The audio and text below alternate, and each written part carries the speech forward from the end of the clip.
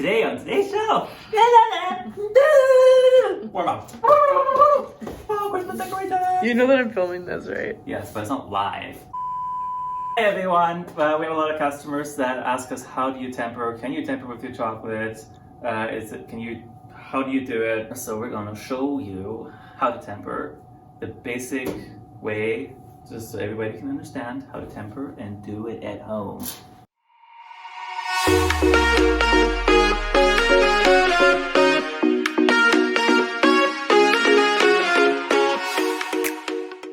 I'm using Dwarf Stars baking chocolate. We have vegan dark, the vegan milk, and the vegan white chocolate. White sugar-free vegan chocolate and vegan sugar-free milk and a sugar-free vegan dark. All of these are good for tempering. They are all good for dipping, making cookies, baking and cakes. The dark ones are better for ganaches. The white ones tend to be a little bit more looser, but if you want to be experimental, you can try and let us know how that works. Today's method that I'm using is the seeding method. It is very simple. All you need is your Dwarf Stars chocolate, of course. You need a container to melt your chocolate in. You can use plastic that is microwave safe, or you can use a Pyrex for the microwave. You can put it over a double boiler and warm your chocolate that way so your chocolate doesn't burn.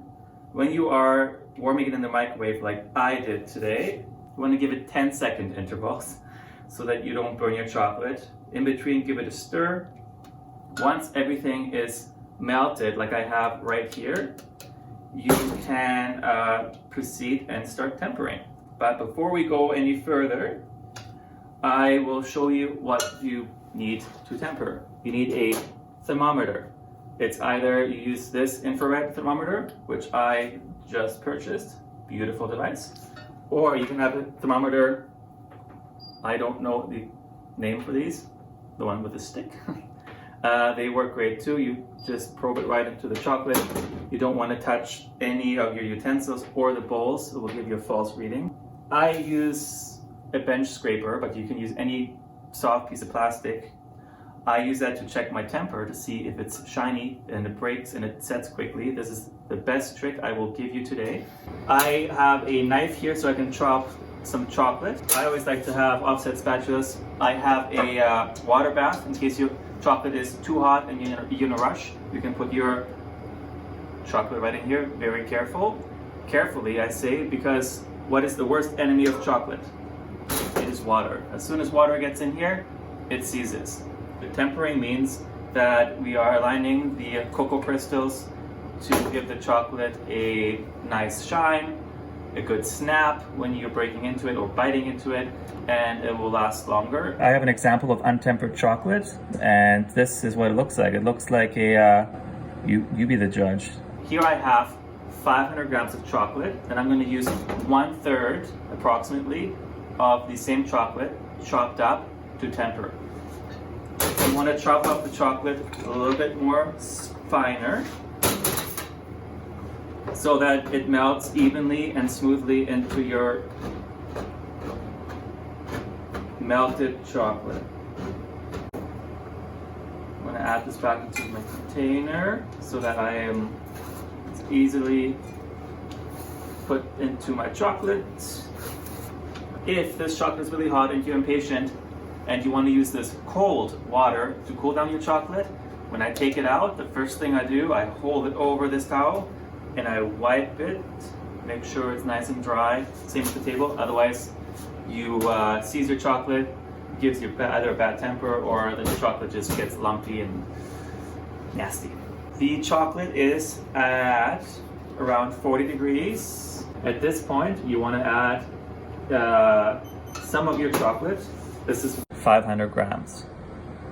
So I'm adding slowly, just a little bit. You don't want to add everything at once because sometimes you don't need all of it. There's quite big chunks in there, but at the beginning that'll be fine. This will be quite warm. So we're gonna bring this down from around 40 to 34, 33, where the crystals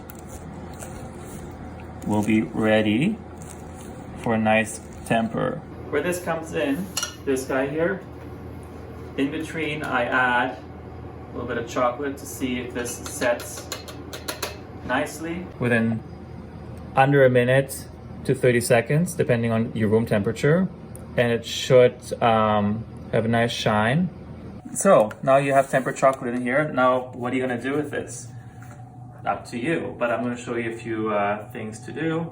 I like to dip things in it. Strawberries, fruit. I have here an orange slice, so I'm gonna pull my chocolate in the corner, dip,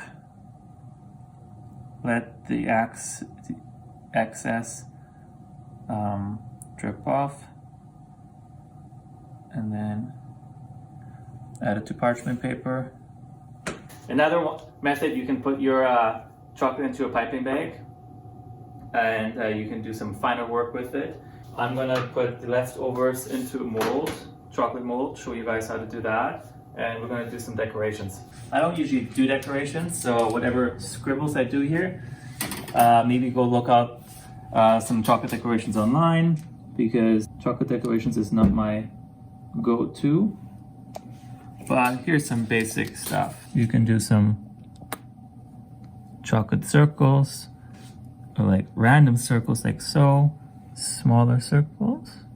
You can do a heart, and then you can leave it like that, or you can do a heart and fill it in, or you can write happy birthday on a cake. The tip is a bit large for this, but I think you can read happy birthday. Then the rest of this I'm going to pipe into a chocolate mold. Before you pipe anything into a chocolate mold, you want to make sure that with a clean cotton ball or pad, you want to make sure that the mold is nice and clean, so that you don't get any fingerprints on your chocolate when it comes out, that the chocolate removes easily from the mold, and then you don't have leftovers from other chocolate in it. Then you want to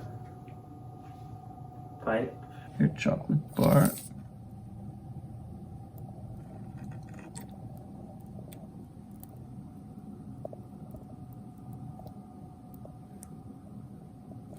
And to get some air bubbles out, you smack it on the table.